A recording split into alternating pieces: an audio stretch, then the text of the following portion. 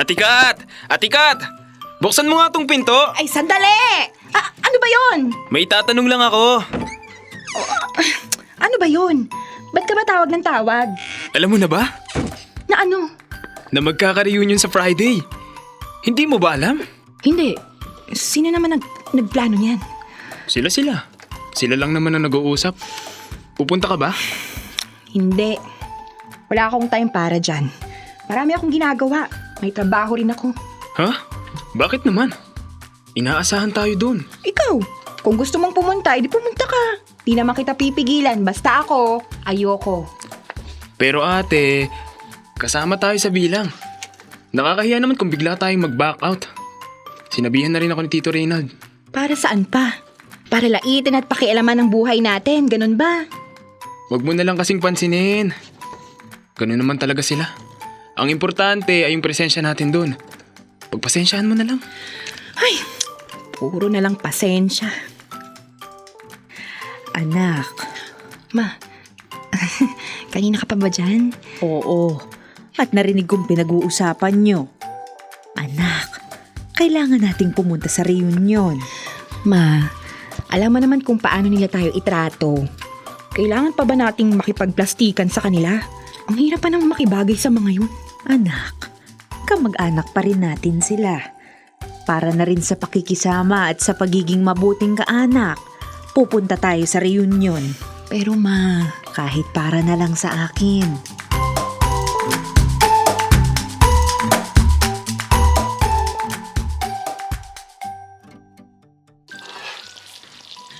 Ma, nasan yung mga Tupperware? Nandyan sa may cabinet sa bandang kanan. Ano yung niluluto mo, ma? Sinigang na manok. Nakakatakam naman, ma. Alam mo, ngayon ko na lang ulit matitikman tong specialty nyo. Dahil espesyal ang araw na to. Minsan lang tayo magkakasama-samang magkakamag-anak. Kaya dapat paghandaan ng mga masasarap na putahe. Nagtimpla nga rin ako ng Shanghai. Ikaw na ngang maghanda, anak. Ma, dapat hindi ka na nag-abala. Marami naman sigurong pagkain doon. Nakakahiya naman kung pupunta tayo doon ng walang bit-bit man lang. Hayaan mo na. Minsan lang naman to. Kayo pong bahala. Maghahanda na po ako para mamaya. O sige, mamaya na ako gagayak. Tapusin ko lang itong mga niluluto ko.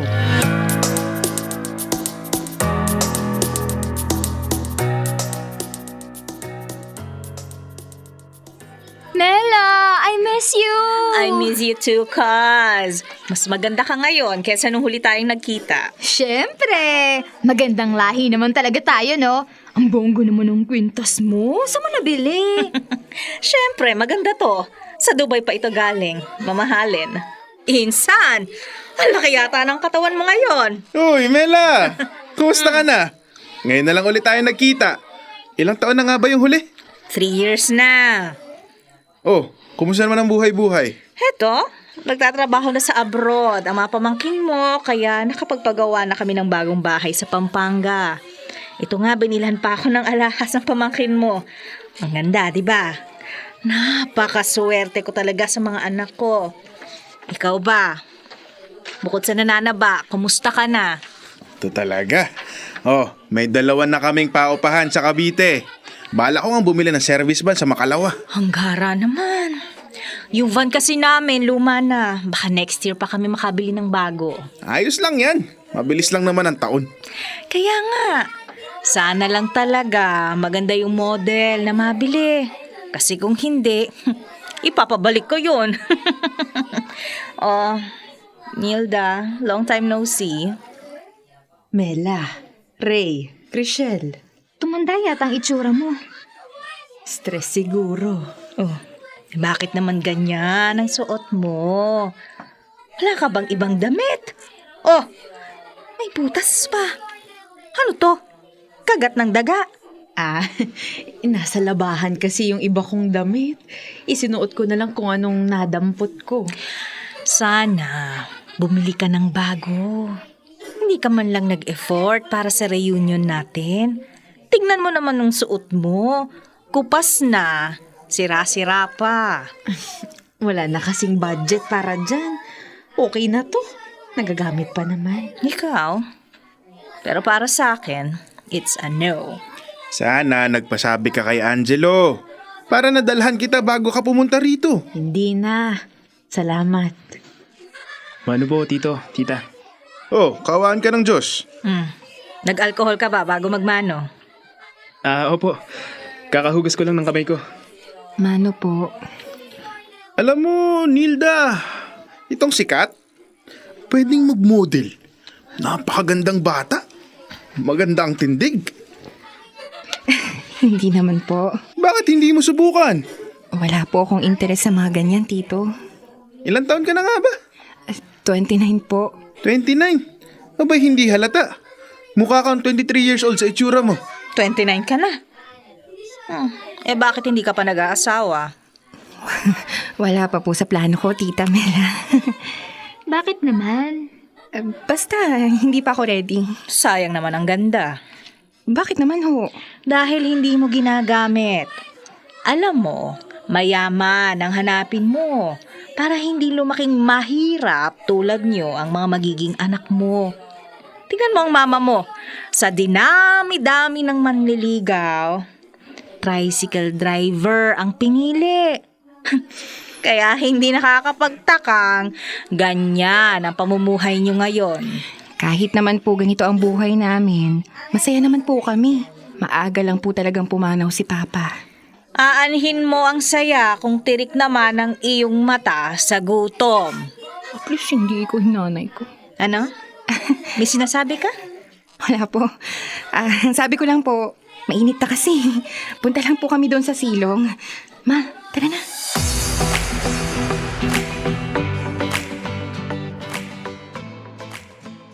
Dear Love, unang pasok pa lang sa resort ay hindi na kami makaiwas sa pangmamaliit ni Tita Mela na pakialamera. Palagi niyang pinupuntirya ang estado ng aming pamumuhay.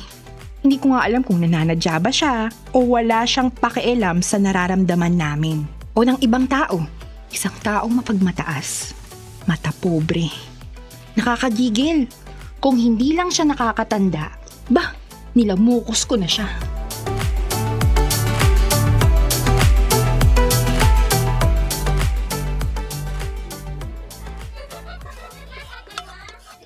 Nagdala kami ng cordon bleu para sa merienda natin. 'Di ba? Favorite niyo to? Angelo, pakilagay nga doon. Sige po. Kabisado nyo talaga ang mga paborito ko. Saktong-sakto yan. At nagpabili na rin ako ng cake, pizza, ice cream. Meron ding parating na tempura. At pinadala ko rito ang vodka. Inumin nyo mamaya. Masayaran man lang ng imported na alak yung mga lalamunan nyo. Nako, gusto ko yan. Mela, nagluto pala ako ng sinigang na manok at Shanghai. Idagdag mo na lang sa pagkain natin. Sinigang. Shanghai. Hilda naman. Hindi naman birthday sa barangay ang ipinunta natin dito. Ang ganda ng resort na pinagdalhan ko sa inyo. Mamahalin. Nakakahiya naman ang dala mo. Sana naghanda ka ng matinong pagkain at hindi yung ganitong putyo-putyo lang na nabibili sa karinderya. Ito lang kasi yung nakayanan ko. Di sana hindi ka na lang nag-abala kung ito lang naman pala ang dadalhin mo. Pasensya na, Mela. Alam ko na. Yan na lang ipakain ko sa mga driver. Ma, kami na lang po kakain ni Angelo na itong niluto mo. Iuwi na lang din natin para may ulam po tayo, di ba? Oo. Mabuti pa nga, Nilda. Sa susunod, magtanong ka na muna ha. Hindi yung kung ano-ano lang na pangkaraniwan ang dinadala mo. Oo, sige. Hindi na mauulit. Nilda, Mela, halina kayo. Kumain na tayo. Oo, sige. Papunta na ako. Sinabi ko naman kasi sa inyo, May. Hayaan mo na. Intindihin na lang natin. Ma, hahayaan na lang ba natin? Kung kayang magtiis, yun na lang ang gawin natin. Nilda, pakiihaw nga nitong isda at squid. Just make sure na luto talaga ang loob, ha? At huwag mo ding i-overcook at kukunat. Yung crabs, pakalinis na rin. Uy, Nilda, pasabay na nga rin ito. Painitan mo lang. Pakainin nyo naman si Nilda. Kanina pa yan kilos ng kilos. Nilda, nakapag-relax ka na ba? Mamaya na lang. O yan naman pala. Asikasuhin mo na muna yung mga pinapagawa ko. Sige, sandali. Tatapusin ko lang itong mga hugasin. Mamaya na yan. Angelo, ikaw na nga muna dito para magawa ng mama mo yung inuutos ko. O sige po. Hindi. Ako na dyan. Doon ka na, Angelo. Sige ate. Mabuti na lang at gumraduate ng cum laude si Trisha. Cum laude lang. Bakit naman lang? Yung bunso ko. Summa cum laude nung graduation. Sayang lang talaga at hindi nakasama ngayon. Ikaw ba, Angelo? Anong grade mo na nga? Nag-stop po muna ako. At nagtrabaho sa pinapasukan ni ate. Hindi pa po kasi sapat yung ipon para sa pang-tuition ko sa college. Sayang naman. Yung Kuya Ben mo, kakatapos lang ng college. Baka naman mapag-iwanan ka na niyan. Itutuloy ko pa rin po ang pag-aaral ko.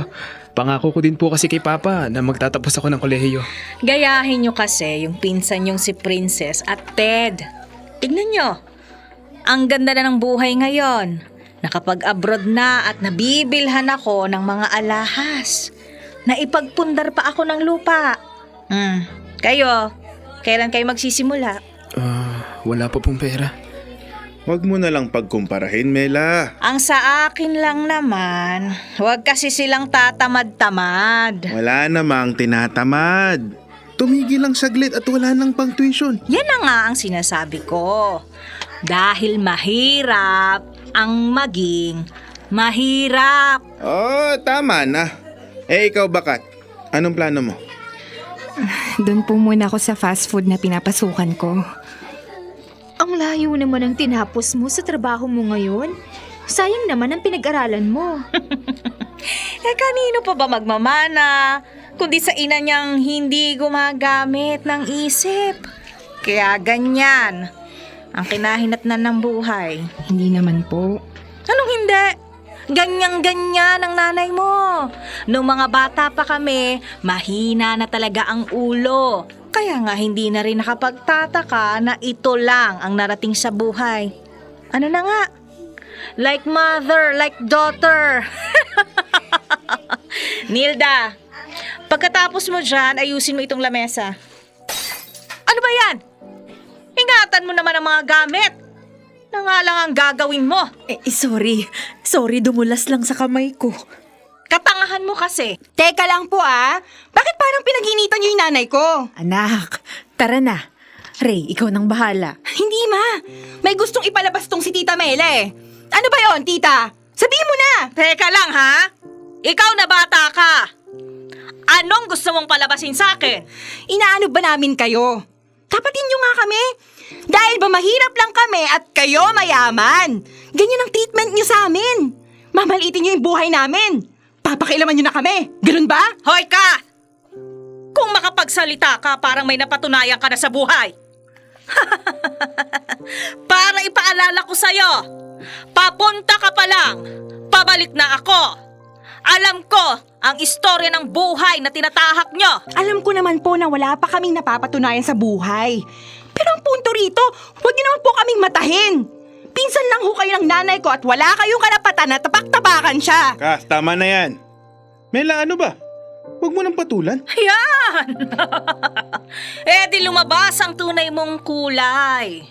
Bait-baitan. Malditang bata naman. Bastos! Walang galang sa nakatatanda.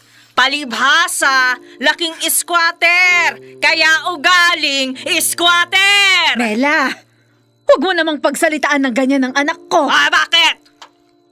Hindi ba siya ang naunan ng bastos sa akin? Yan ba ang tinuturo mo sa anak mo? Totoo naman ang lahat ng sinasabi ko, hindi ba? Hindi ka nakapagtapos ng pag-aaral dahil nag-asawa ka agad at tricycle driver lang ang pinili mong makatuwag sa buhay. Oo na! Kayo nang nakaaangat sa buhay!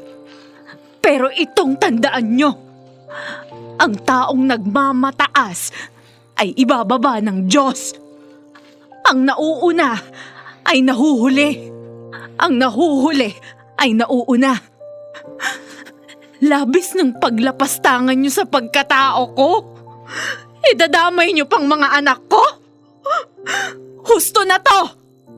Ito na ang huling beses nyo kaming makikita! Huwag kayong mag-alala. Kung noon ay kinaya naming mag-asawa kahit walang tulong mula sa inyo, kakayanin pa rin naming mag-iina kahit wala kayo sa buhay namin!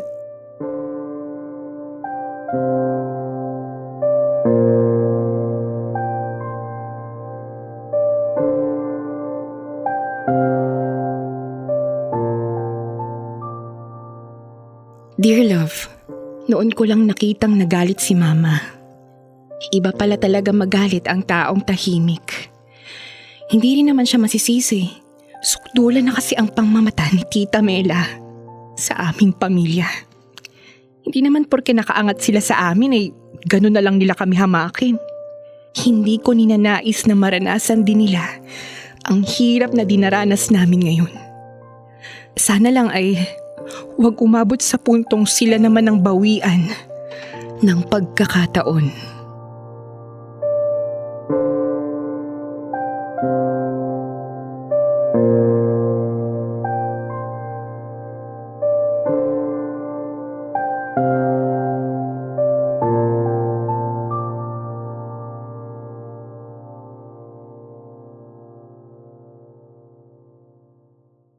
Dapat paghandaan ng mga masasarap na putahe.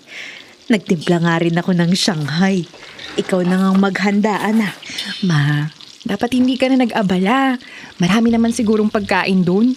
Nakakahiya naman kung pupunta tayo doon ng walang bit-bit man lang.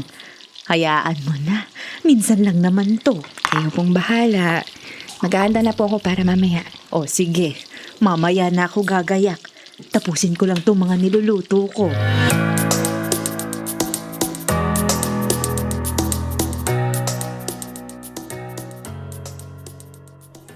Mela, I miss you! I miss you too, cuz. Mas maganda ka ngayon kesa nung huli tayong nagkita. Siyempre! Magandang lahi naman talaga tayo, no? Ang bonggo naman ng kwintas mo. Saan mo nabili? Siyempre, maganda to. Sa Dubai pa ito galing. Mamahalin. Insan! Ang laki yata ng katawan mo ngayon. Uy, Mela! Kumusta ka na? Ngayon na lang ulit tayo nagkita. Ilang taon na nga ba yung huli? 3 years na. Oh, kumusta naman ang buhay-buhay? Heto, nagtatrabaho na sa abroad ang mga pamangkin mo, kaya nakapagpagawa na kami ng bagong bahay sa Pampanga. Ito nga, binilhan pa ako ng alahas ng pamangkin mo. Ang ganda, di ba? Napakaswerte ko talaga sa mga anak ko. Ikaw ba? Bukod sa nananaba, kumusta ka na? Ito talaga. Oh, may 2 na kaming paupahan sa Cavite. Bala ko nga bumili ng service van sa Makalawa. Ang gara naman. Yung van kasi namin, luma na. Baka next year pa kami makabili ng bago. Ayos lang yan. Mabilis lang naman ang taon. Kaya nga, sana lang talaga maganda yung model na mabili. Kasi kung hindi, ipapabalik ko yun. Oh, Nilda, long time no see. Mela, Ray, Chriselle. Tumanda yata ang itsura mo. Stress siguro. Oh, bakit naman ganyan ang suot mo? Wala ka bang ibang damit? Oh, may butas pa. Ano to? Kagat ng daga. Ah, nasa labahan kasi yung iba kong damit. Isinuot ko na lang kung anong nadampot ko. Sana bumili ka ng bago. Hindi ka man lang nag-effort para sa reunion natin. Tingnan mo naman ng suot mo. Kupas na. Sira-sira pa. Wala na kasing budget para dyan. Okay na to. Nagagamit pa naman. Ikaw? Pero para sa akin, it's a no. Sana nagpasabi ka kay Angelo. Para nadalhan kita bago ka pumunta rito. Hindi na. Salamat. Ano po, tito, tita? Oh, kawaan ka ng Diyos. Nag-alcohol ka ba bago magmano? Opo. Kakahugas ko lang ng kamay ko. Mano po. Alam mo, Nilda, itong sikat, pwedeng mag-model. Napakagandang bata. Maganda ang tindig. Hindi naman po. Bakit hindi mo subukan? Wala po akong interes sa mga ganyan, tito. Ilang taon ka na nga ba? 29 po. 29. Abay, hindi halata. Mukha kang 23 years old sa itsura mo. 29 ka na. Bakit hindi ka pa nag-aasawa? Wala pa po sa plano ko, Tita Mela. Bakit naman? Basta, hindi pa ako ready. Sayang naman ang ganda. Bakit naman ho? Dahil hindi mo ginagamit. Alam mo, mayaman ang hanapin mo para hindi lumaking mahirap tulad nyo ang mga magiging anak mo. Tingnan mo ang mama mo. Sa dinami-dami ng manliligaw, tricycle driver ang pinili. Kaya hindi nakakapagtakang ganyan ang pamumuhay nyo ngayon. Kahit naman po ganito ang buhay namin, masaya naman po kami. Maaga lang po talagang pumanaw si Papa. Aanhin mo ang saya kung tirik naman ang iyong mata sa gutom. Please, hindi ko hinanay ko. Ano? May sinasabi ka? Wala po. Sabi ko lang po, mainit na kasi. Punta lang po kami doon sa silong. Ma, tara na.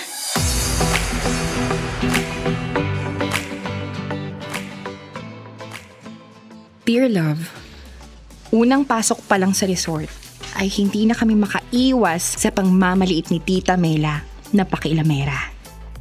Palagi niyang pinupuntirya ang estado ng aming pamumuhay. Hindi ko nga alam kung nananadya ba siya o wala siyang pakialam sa nararamdaman namin. O ng ibang tao. Isang taong mapagmataas. Mata pobre. Nakakagigil. Kung hindi lang siya nakakatanda, nilamukos ko na siya.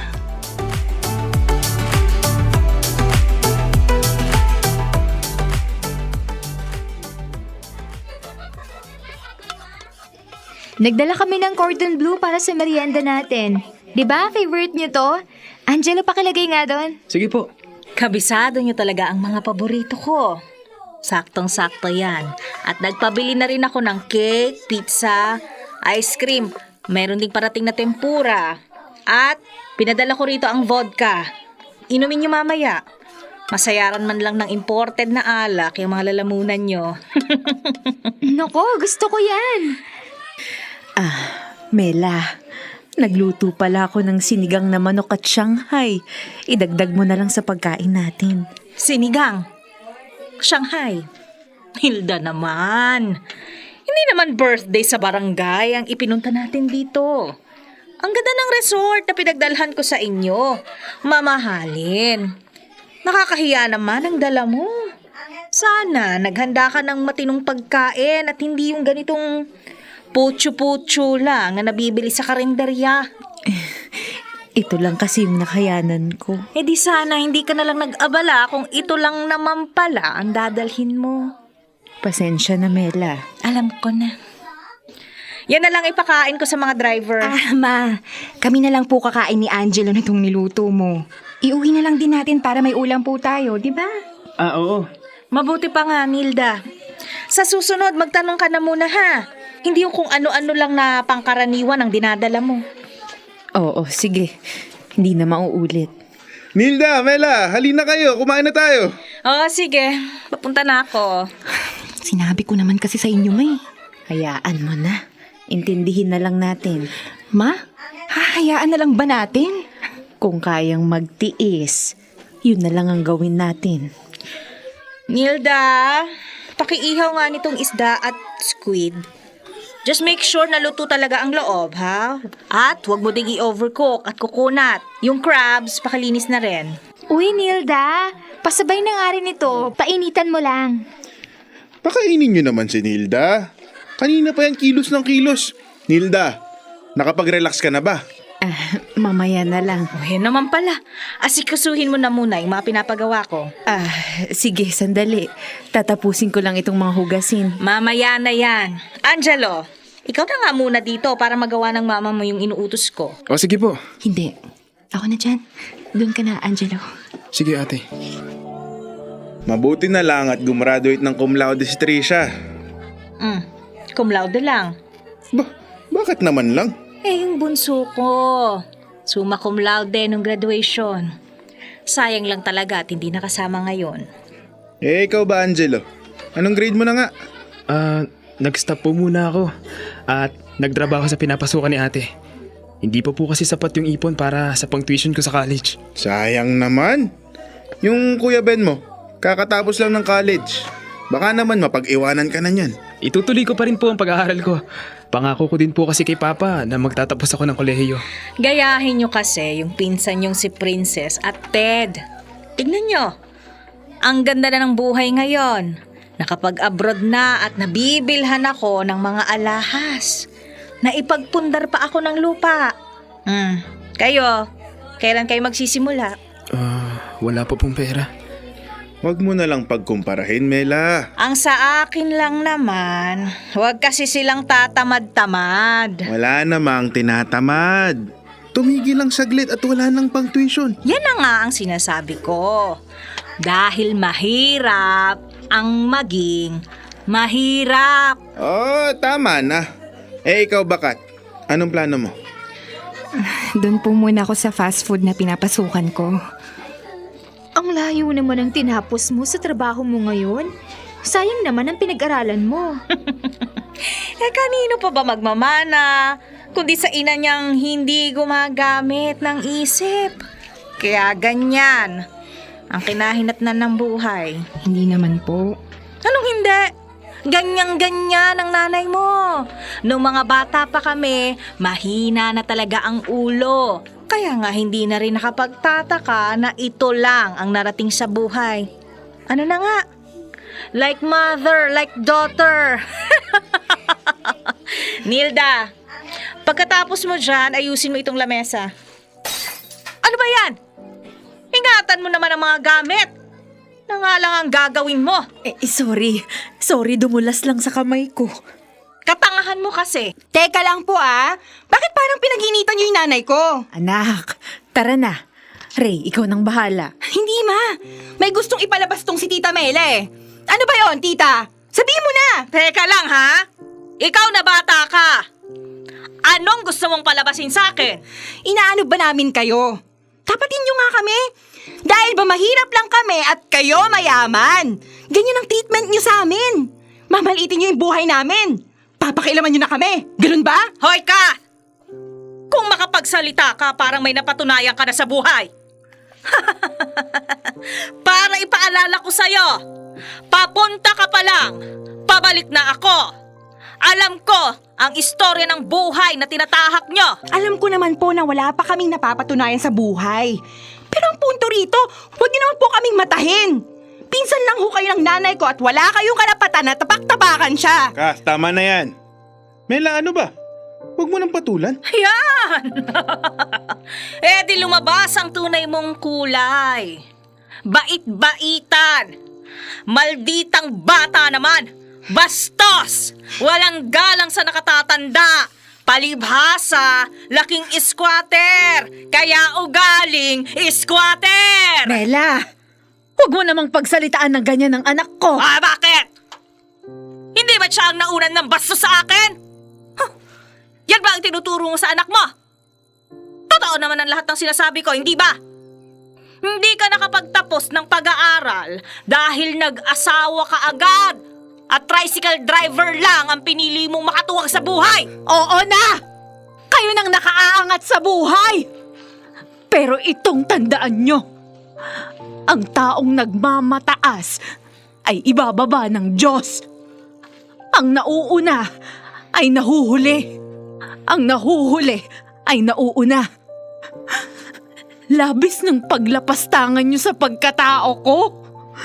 Idadamay nyo pang mga anak ko? Husto na to! Ito na ang huling beses nyo kaming makikita! Huwag kayong mag-alala. Kung noon ay kinaya naming mag-asawa kahit walang tulong mula sa inyo, kakayanin pa rin naming mag-iina kahit wala kayo sa buhay namin!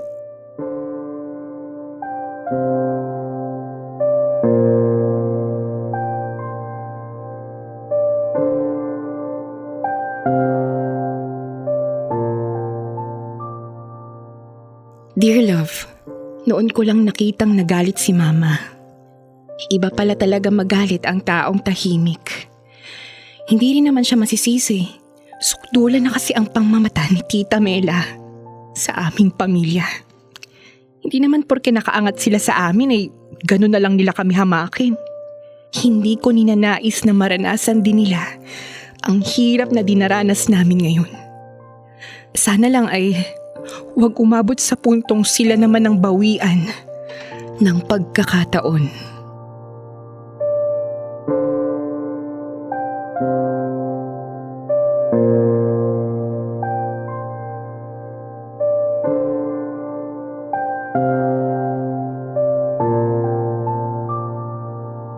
Kailangan pa bang i-memorize yan?